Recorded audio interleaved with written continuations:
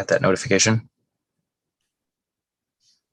All right. Well, thank you for joining us for this special meeting of the South Bend Empowerment Zone Board. I'm going to call this meeting to order at 4:33.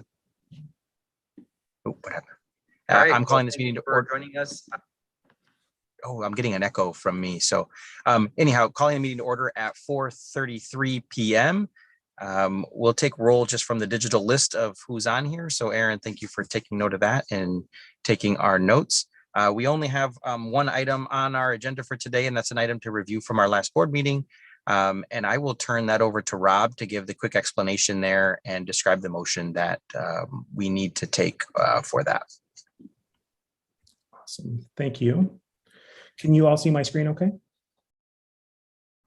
Perfect. So folks, we met last week and we had a great discussion about our paraprofessional wages, and we're coming back together today to have just provide a little bit of additional detail. So there's sort of two parts that I want to speak to specifically, but before I get into that, I wanted to talk about what we voted and approved last week, and then talk about sort of the new pieces of information here today. So last week we talked about increasing the wages, our starting salary for non-certified staff to be $15 per hour. And as I shared, that was in response to sort of the market demands. So what we've seen across the community, for example, is increases in starting salaries to $15 as a minimum. And as I shared in conversations with you all previously in that meeting, the starting salary for paraprofessionals, even after raises in this first round in the South Bend Empowerment Zone and the South Bend Community School Corporation, was $11.44. So we've seen the community demand be $15, or we've seen the competitiveness of non-certified staff increase significantly, as we've seen a lot of other organizations and folks in the local market increase that. When we were together last week, one of the things that we did was increase our starting salaries to $15 as a minimum, $16 for our bilingual positions, recognizing their specific skill set, and then $20 for our life skills staff, again, recognizing their specific skill set. What we're coming back here today is to talk about two specific things to make sure that we've got the right level of detail. So one, when we met last week, we didn't clarify the specific implementation timeline.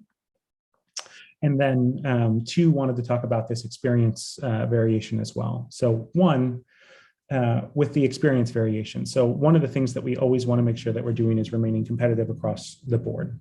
So while our modeling had included this experience variation before, we didn't specifically call it out last week. So what I mean here is, we're increasing that floor. We also want to honor the commitment of our staff who are currently earning anywhere between $13 or $14 to give them also a little bump.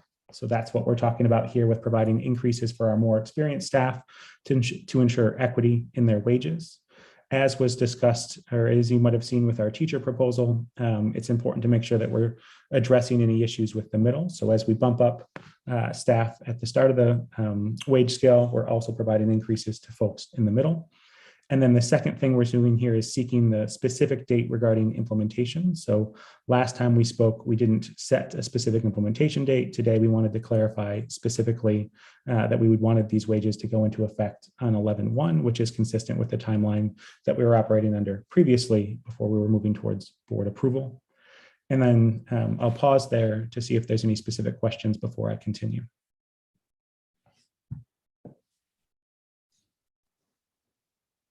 None here. Thank you.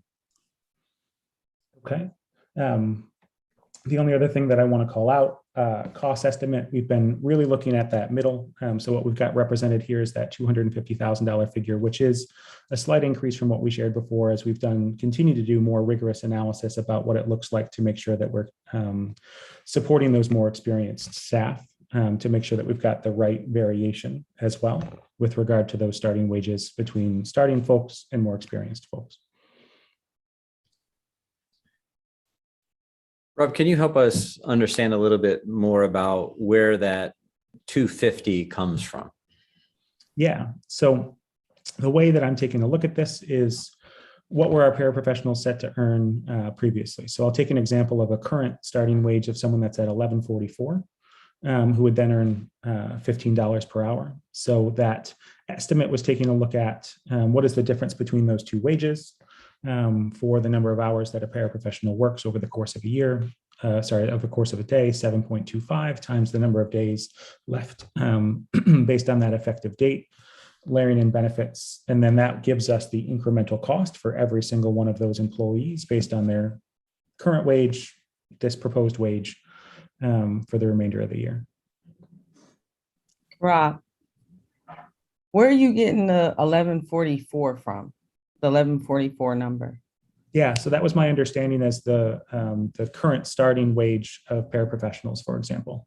I believe in the last, and I guess I need to understand what group you're referring to, because I think everyone's up to 1250 right now. We were on a pace to try to get everyone up to 15 by a certain time.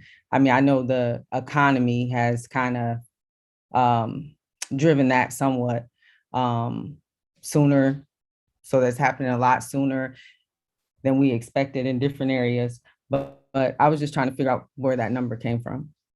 Yeah, so I was provided a set of data from the folks in the Human Resources Department that included all of the current wages for staff in the empowerment zone. So, for example, there was a set of folks that were at 1144.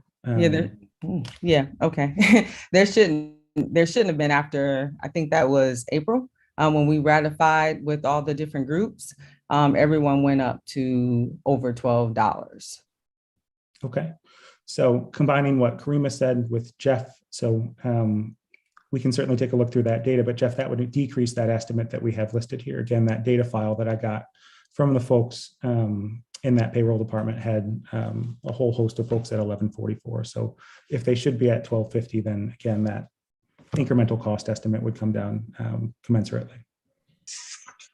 And then Rob, my follow-up question, and I don't know if it's maybe more so what Jeff was asking, but I think it's what made me think, where are we getting the money to cover that cost increase? So the cost increase will be less because some folks are already making a little bit more, but where is that the money coming from? I remember we talked about it last week, but if you could refresh that. Yeah, so one of the things we talked about earlier in that presentation last week was some of the increases in revenue that we got, for example, right, that creates spaces on different grants. So we got, I want to say we had an increase in enrollment this last semester. We had an increase in some of our grant funding. So that's been able to sort of have this trickle down of I'm able to sort of shift expenses over to grants to be able to create space for these sorts of things. And then Jeff, I think you started as well. Sam was right on my question there, so that was good.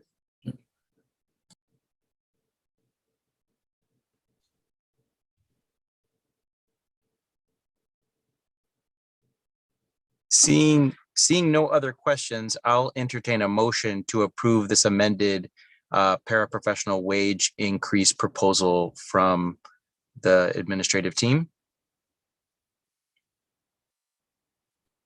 So I'll make that motion with to make sure the clarification is in there that with an effective date of November 1st of 2021. Yeah, I would second that. Excellent. Thank you, Jeff. Thank you, Ryan.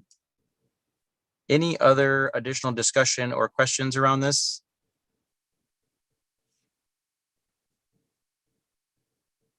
Seeing none, then we'll move into a vote. All in favor, say aye.